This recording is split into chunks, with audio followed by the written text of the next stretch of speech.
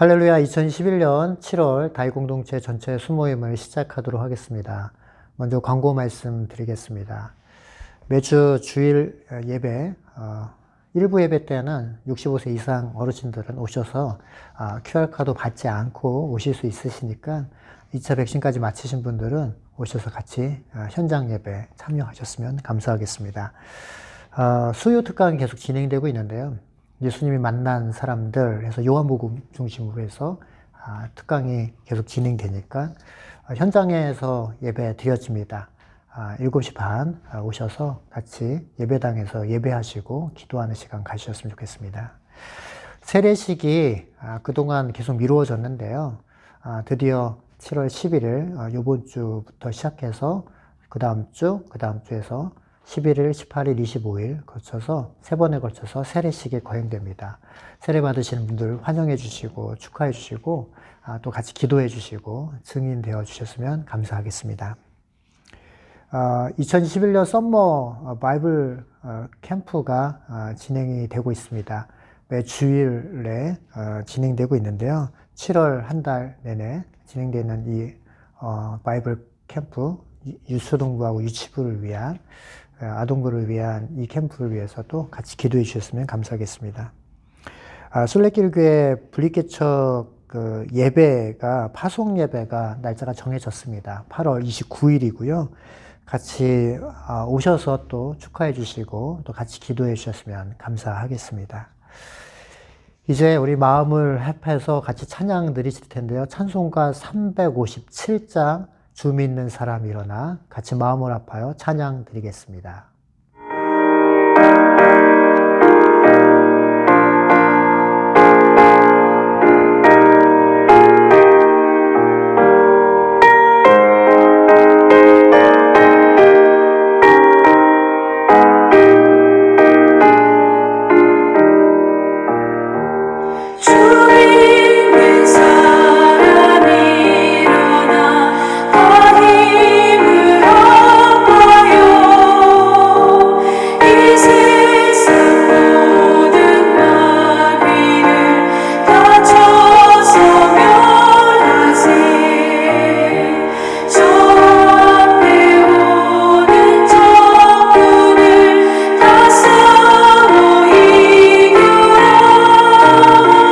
주 예수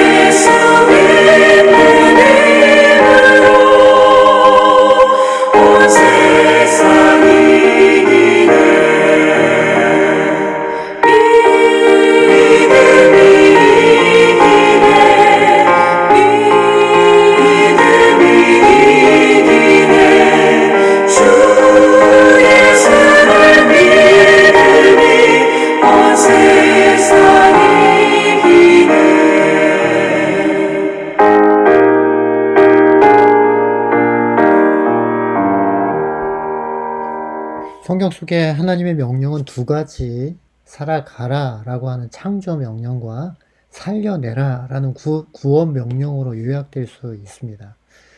또 하나는 하라와 하지 말라 이렇게도 정리할 수 있는데요. 십계명에서는 하지 말라는 금지 명령이 8개나 됩니다. 7월 주제는 말라입니다. 하지 말라고 하는 일을 고집하면서 무탈한 삶을 기대할 수 없는 것이죠. 야고보 기자는 속이지도 말라고 하시고 죄를 정당화하지도 말라라고 하시죠. 시험에 실패한 이들에게 경고하고 계십니다. 야고보서 1장 12절에서 18절까지 말씀 속지 말라라는 주제를 가지고 말씀을 풀어보도록 하겠습니다. 그리스도인에게 여러 가지 시련이 닥칩니다. 2절과 12절 말씀을 읽겠습니다. 나는 형제자매 여러분, 여러 가지 시험을 빠질 때 그것을 더할 나위 없는 기쁨으로 생각하십시오. 시험을 견뎌내는 사람은 복이 있습니다. 그 사람은 그의 참됨이 입증되어서 생명의 면류관을 받을 것이기 때문입니다. 그것은 하나님을 사랑하는 사람들에게 약속된 것입니다. 시험, 그리고 가로치고 시련이라고 표현되어 있잖아요. trial이라고 표현하는 영어 단어 시련인데요.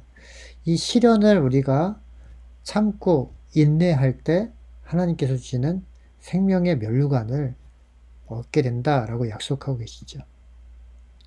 시험을 당할 때 어떻게 해야 되나요? 12절 상반절입니다. 견디어 내어야 복이 있다라고 하시죠. 참고 견뎌야 합니다. 시험은 모든 사람에게 찾아오지만 성도는 그 시험을 대하는 태도가 남달라야 하는데요. 야고보가 시험 중에 있는 성도가 가져야 될 자세 2가지를 이야기하고 있습니다. 기쁘게 여기는 것과 참고 인내하는 것이죠. 시험을 당할 때 속히 하나님을 원망하거나 불평하기보다는 그 속에 담겨있는 하나님의 뜻을 생각해보고 상고해 볼 때 그 시험을 참고 기쁘게 여길 수 있게 되는 것이죠. 여기서 참다는 단어는 명사형 4절에 언급된 인내이고 같은 구절에서 견뎌내다 라고 다시 표현되고 있습니다. 하지만 이 시련이 참고 인내한다는 것 그 자체가 쉬운 일은 아니죠.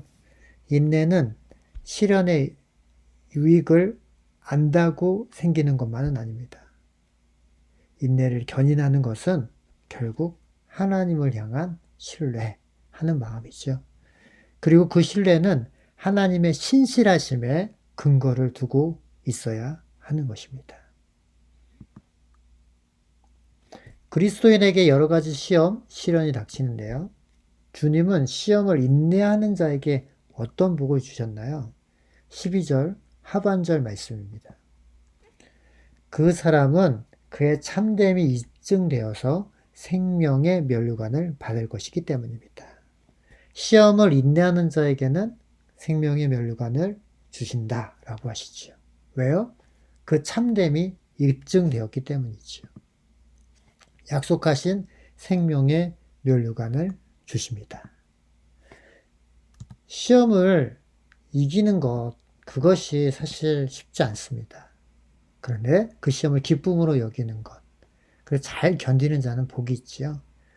시련을 견뎌내는 사람을 개역 한글에서는 이것이 옳다 인정함을 받은 후 이렇게 번역하고 있습니다. 이것은 진짜가 된 후, 진짜임 혹은 그 참된 가치가 드러난 후라고 번역할 수 있습니다. 따라서 시련을 통해서 검증된 자는 그 검증을 통해서 진짜 신자임을 확인할 수 있는 것이지요. 시련 아래서 시련의 무게를 견디고 버티는 것은 참기 힘든 고통이지만 야고보는 그것이 복되다라고 표현하고 그 복은 약속의 면류관, 생명의 면류관을 받게 된다라고 말씀하고 계시는 것이죠. 팬데믹 상황에서 이런 시련이 우리에게 한계에 다다르게 될 정도로 힘든데요. 지난 신생길에서 내 한계를 알게 해준 시련이 있다면 이야기 나눠보시고 그 시련을 어떻게 견뎌냈는지 그 시련이 준 유익이 무엇인지 나누는 시간을 가지셨으면 좋겠습니다. 이어서 두 번째인데요. 시험 실패의 원인은 하나님께 돌릴 수 없다라고 야고보 기자는 얘기하고 있죠. 13, 14, 17절 말씀입니다. 읽어드리겠습니다. 시험을 당할 때 아무도 내가 하나님께 시험을 당하고 있다 하고 말하지 마십시오. 하나님께서는 악에게 시험을 받지도 않으시고 또 시험을 하지도 않으십니다. 사람이 시험을 당하는 것은 각각 자기의 욕심에 끌려서 꾀임에 빠지기 때문입니다. 온갖 좋은 선물과 모든 완전한 은사는 위에서 곧 빛들을 지으신 아버지께로부터 내려옵니다. 아버지께서는 이러저러한 변함이나 회전하는 그림자가 없으십니다. 시험과 관련해서 하나님은 어떤 분이신가요? 13절, 17절 친히 아무도 시험하지 않는 분이십니다. 17절 변함도 없고 회전하는 그림자도 없는 신실한 분이시지요. 시험이 임하는 태도와 관련해서 시험 앞에서 피해야 할 그릇된 태도를 지적해 주고 계시는데요. 그 첫 번째가 바로 내가 하나님께 시험을 받는다고 말하지 말라고 하시죠. 여기서 얘기하는 시험은 영어로 temptation인데요. 유혹이라고도 할 수 있죠. 시험의 책임을 하나님께 돌리는 하나님 탓으로 하는 걸 경계하셔야 됩니다. 그것은 하나님의 성품을 모르고 있는 것이고 그리고 하나님을 모르는 그 무지에서 비롯된 것입니다.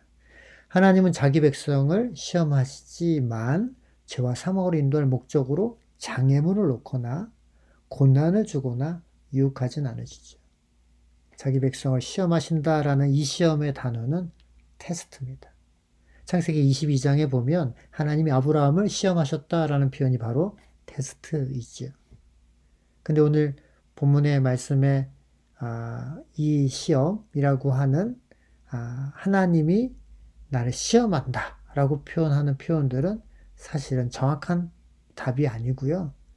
그 시험은 템테이션이고 그 시험에 빠지는 이유는 사실 우리 안에 욕심 때문에 그 유혹에 빠지는 것입니다. 하나님을 잘 알지 못하면 하나님의 신실하심과 하나님의 변함지 않으시는 신실하신 하나님임을 알면 알수록 우리는 그 하나님으로부터 그 믿음을 고정할 수 있고 그 믿음을 지켜낼 수 있는 것이죠. 시험 실패의 원인은 하나님께 돌릴 수 없습니다. 계속 기억되는 지문인데요. 각 사람이 시험을 받는 것은 14절입니다. 자기 욕심에 끌려서 미혹되는 것입니다. 시험이 유혹이 되는 것은 자기 욕심 때문이죠. 각 사람이 시험을 받는 것은 하나님 때문이 아니라 자기 욕심 때문입니다. 욕심이 잉태하여 죄가 된다. 곧 그리고 사망이 이른다. 이 연속선상 안에 그 욕심이 바로 미혹되고 유혹되는 원인이다 라고 얘기하죠. 유혹의 실패의 원인을 자기 밖에서 찾는 게 아니라 내 안에서 찾아야 되는 것이죠. 선하신 하나님을 오해해서도 안 되고 스스로 속이며 회피해서도 안 됩니다.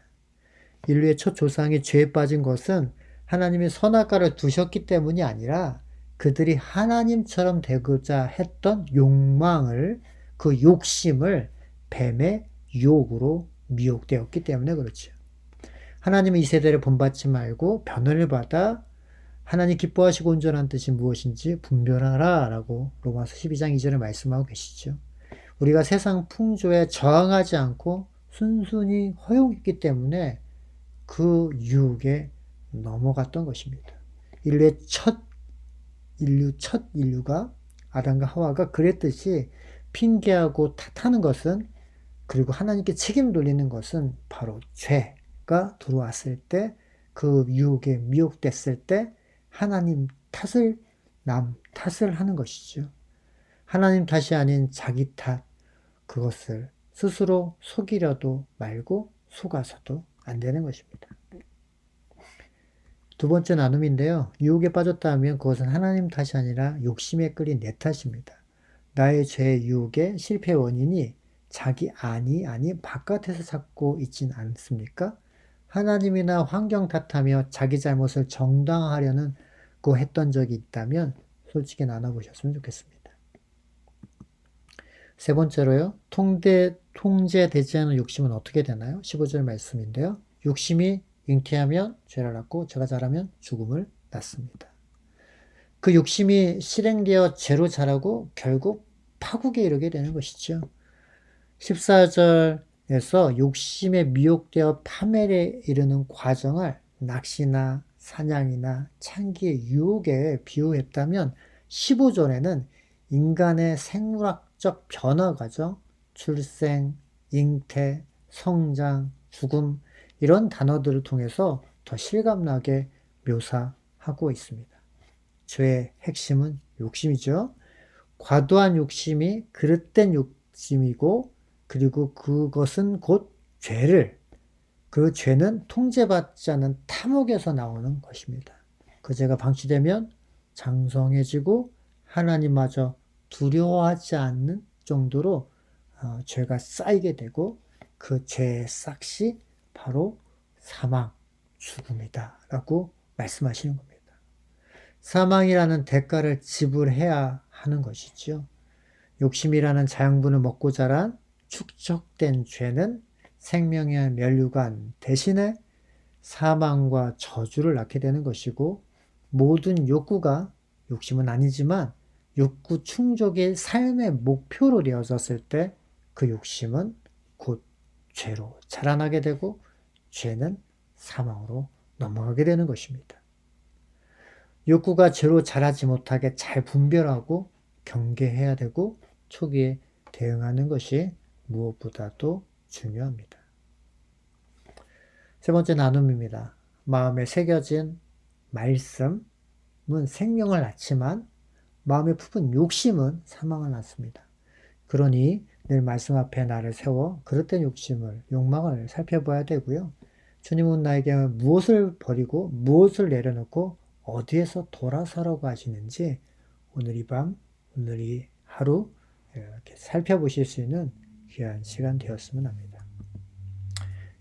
같이 기도하겠습니다. 시험을 견디고 욕심을 통제할 수 있는 성숙한 믿음 되게 해달라고 다윗 공동체가 주께 받은 좋은 은사, 선물로 빛 가운데 공동체와 자신을 온전히 세우는데 사용할 수 있게 해달라고 그리고 우리 미랄교회를 위해서 교육자들, 우리 목회자들을 위해서도 같이 기도해 주셨으면 좋겠습니다. 네, 우리 잠깐 기도하고 오늘 다윗 공동체 전체 7월 순모임을 마치도록 하겠습니다. 기도하겠습니다. 하나님 감사합니다. 여러 가지 시험을 당하거든 오히려 기뻐하라고 그리고 인내하라고 말씀해 주셔서 감사합니다. 하나님 우리 안에 그 하나님께 주시는 인내 열매들을 맺어 나가고 생명의 면류관을 얻는 믿음의 사람 우리 모두가 되게 하여 주시고 우리 다윗 공동체가 더욱더 하나님께 주시는 마음으로 날마다 새로워지고 영광을 올려드리는 귀한 공동체 되게 하여 주옵소서. 다시 만나 교제하는 그 시간까지 건강 안전 지켜주시기를 간절히 소원하며 사랑 많으신 예수님의 이름으로 간절히 기도드립니다. 아멘.